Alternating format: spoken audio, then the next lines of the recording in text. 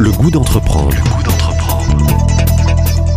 Une émission proposée par Doris Pradal en partenariat avec la Caisse d'épargne, la Banque des entreprises et des professionnels de Midi-Pyrénées. Bonjour à tous. Depuis quelques années en France, le nombre de réseaux professionnels féminins a explosé. Il en existerait aujourd'hui plus de 400, réunissant des professionnels de tout âge autour de leur diplôme, leur entreprise, leur métier ou leur secteur d'activité. Alexia Simoneau a bien compris que l'union fait la force et qu'à Toulouse, faire partie d'un réseau est assurément un plus. Elle a créé les Réseauteuses il y a 2 ans. À vos côtés, Alexia, 2 chefs d'entreprise qui viennent nous parler de leur expérience en réseau.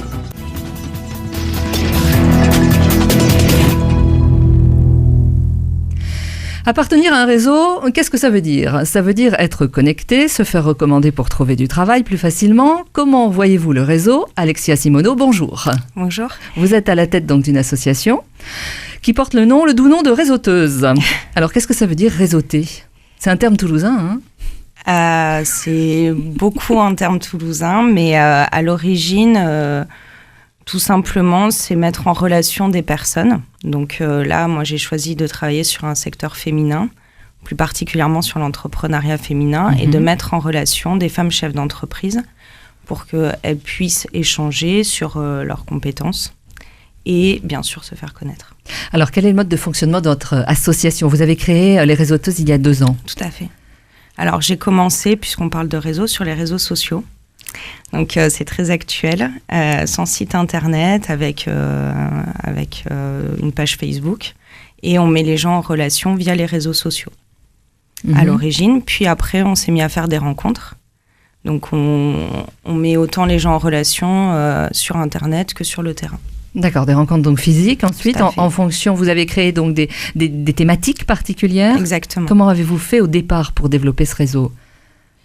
J'ai contacté des chefs d'entreprise, je leur ai dit que j'aimais ce qu'elles faisaient, que j'aimerais aussi les faire connaître et les mettre en relation. Et puis, ça s'est fait tout naturellement. Et ça a marché ? Oui. Très bien ? Ouais, ça marchait vite, ouais. C'est vrai. Quel résultat aujourd'hui ? Alors, aujourd'hui, on a plus de 300 femmes chefs d'entreprise qui font partie de l'association. Donc, Toulouse, c'est une ville aussi où les femmes entreprennent et créent leur entreprise. Donc, il y a sûrement une raison là-dessus. Et puis, le réseau fait qu'elles en ont parlé autour d'elles et ainsi de suite.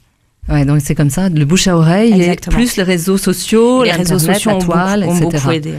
Alors, on pourrait parler d'Action L, de Mompreneur, de Women's Network, réseau pour les seniors, il y en a plein. Donc, plus de 400, je disais, en France, de réseaux de femmes chefs d'entreprise. Alexia, c'est une façon de prendre le pouvoir sur les hommes ? Non, je pense pas du tout. C'est vraiment une manière pour les femmes de mieux se positionner.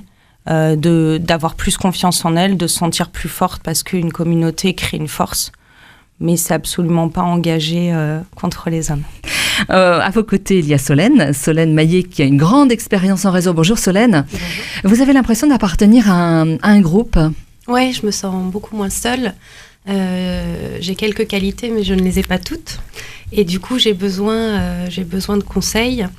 J'ai besoin d'un certain élan de la part des femmes qui m'entourent. Donc c'est vrai que le fait d'intégrer il y a 2 ans, déjà les Réseauteuses, et je suis toujours là. J'ai toujours besoin d'elles quand j'ai besoin très concrètement de conseils en communication, de conseils en création de site internet, en graphisme. Là, je sais qu'il y a des personnes autour de moi qui font ça mieux que moi et qui vont vraiment pouvoir concrètement me guider autour de ma propre petite entreprise. Vous aussi, Véronique Smith, vous avez rejoint le réseau des Réseauteuses. Alors, est-ce que dans un réseau féminin, bonjour Véronique déjà, est-ce que dans un réseau féminin, on a une certaine liberté de parole ? Vous allez pouvoir me répondre aussi après, Alexia. Mais complètement. Et complètement, c'est justement fait c'est pour échanger. Et c'est le but du réseau.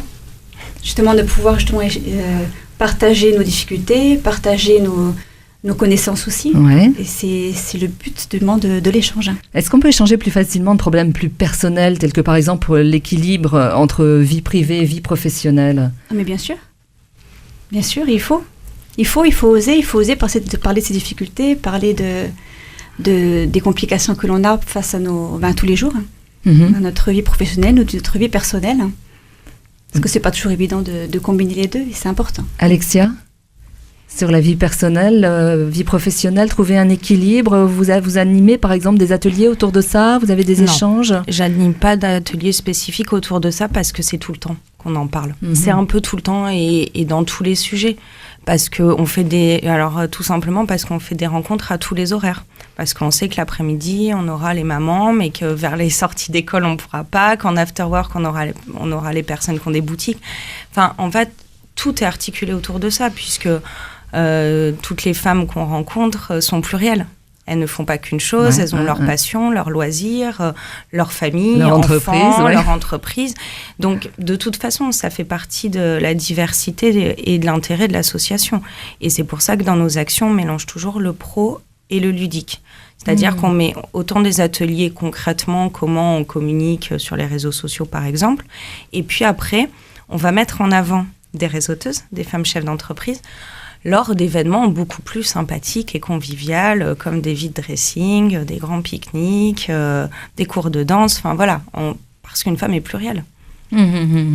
Alors Véronique, vous travaillez dans un univers très intéressant, vous travaillez dans le bien-être et le mieux-être. Est-ce que le fait d'appartenir à un réseau, ça vous a permis de faire du business, de développer votre activité? Oui, parce qu'on se fait connaître, surtout quand on n'est pas de la région. Donc je suis arrivée... Ça fait 3 ans sur Toulouse. Et ne connaissant personne, justement, j'ai cherché des réseaux et j'ai trouvé les réseauteuses. Et je me suis vraiment reconnue dans ce réseau-là. Et justement, quand on va aux réunions, quand on va aux after-work, aux ateliers, peu importe, mais on voit du monde. Oui, ça c'est important. Et c'est très très important. D'échanger, oui. Tout à fait, on échange, on se fait connaître et c'est important. Alexia, est-ce qu'on peut tout demander à son réseau? Est-ce qu'il y a des impairs à ne pas commettre? Est-ce qu'il y a des codes? Bien sûr. Alors, bien sûr. Oui. Non, bien sûr, on dit long. Non, mais un réseau, pour moi, et c'est ce que je disais encore hier, on fait des cafés rencontres pour les nouvelles adhérentes. Un réseau, c'est avant tout de l'échange. Une personne qui vient pour ramasser des cartes de visite ou pour faire du démarchage commercial, en général, ça ne prend pas. Et cette personne n'a pas d'intérêt à adhérer à notre association. Ce qui marche, c'est donner, recevoir, échanger, interagir, s'intéresser aux autres. Quand on se fait connaître, et via les réseaux sociaux notamment, et dans la vie, c'est parce qu'on s'est intéressé aux autres, parce qu'on a parlé de l'activité des autres, et après on peut parler de la nôtre. C'est un échange. Sinon, un réseau n'a pas d'intérêt. Donc les codes, tout simplement, c'est de s'intéresser aux autres et d'être dans l'interaction. Vous partagez, Solène? Oui, complètement. Moi, j'avoue, je suis dans un domaine très féminin en plus. Dans l'événementiel et dans le mariage. J'organise un salon du mariage. Et c'est vrai que, outre le fait d'aller chercher des personnes qui pourraient participer au salon, comme une maquilleuse, un restaurateur, une chanteuse qui a envie de se faire connaître et donc qui va avoir un intérêt à participer au salon. Mon intérêt, il est aussi de la promouvoir, elle, auprès des futurs mariés. Et donc, c'est vraiment un véritable réseau qui, moi, m'a collé à la peau parce que, de par le domaine assez féminin, même si on est d'accord, les mariages concernent les couples et les hommes autant que les femmes.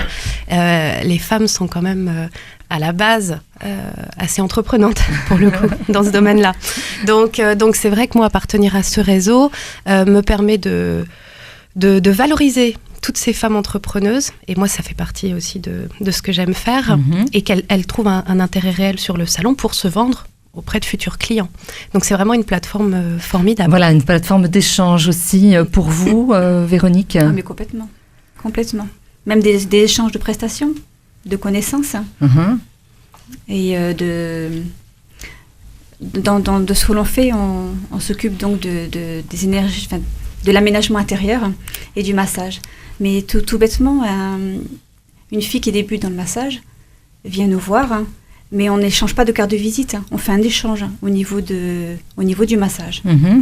Et du coup, on peut en parler beaucoup plus facilement de la prestation, de ce qu'elle fait. Et ça l'aide elle aussi, ça la met en confiance.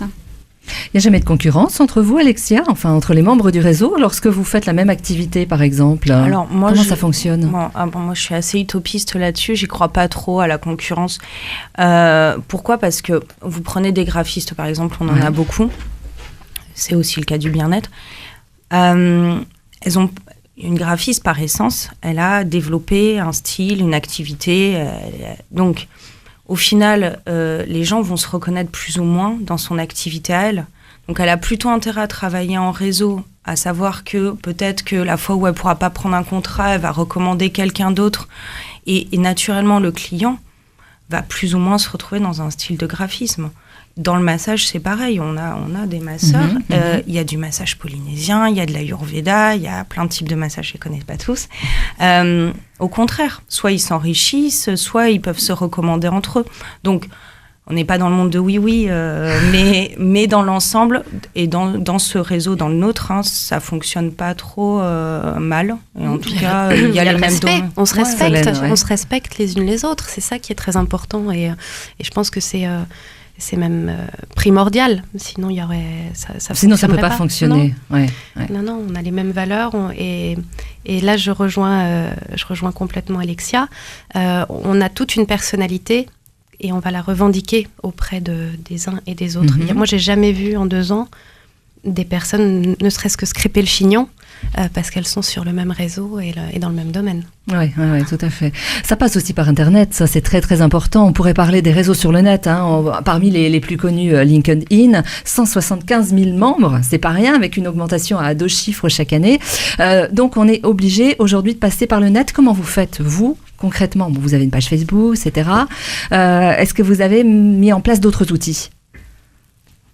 Par rapport aux réseauteuses? Oui, par rapport aux réseauteuses sur Internet. Alors, par rapport aux réseauteuses sur Internet, on a une page Facebook et on a un compte Instagram et un Twitter. Mais Facebook est encore très puissant dans le domaine professionnel puisque les autres réseaux arrivent progressivement. Donc, sont pas encore très utilisés en France et à Toulouse, notamment.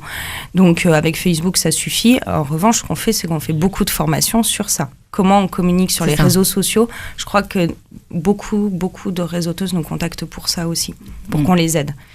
Et là, on apprend aux gens que c'est comme dans la vraie vie, il faut interagir avec les autres, aimer les autres, aimer les pages, communiquer avec eux. Et c'est comme ça qu'on développe un réseau en ligne. Je vois Véronique qui dit oui, effectivement, de la tête. Sur les réseaux sociaux, il y a des choses à apprendre encore. Oui, encore, beaucoup. Au quotidien. Toujours. Mesdames, vous ne bougez pas, on reste ensemble, on se retrouve juste après ceci.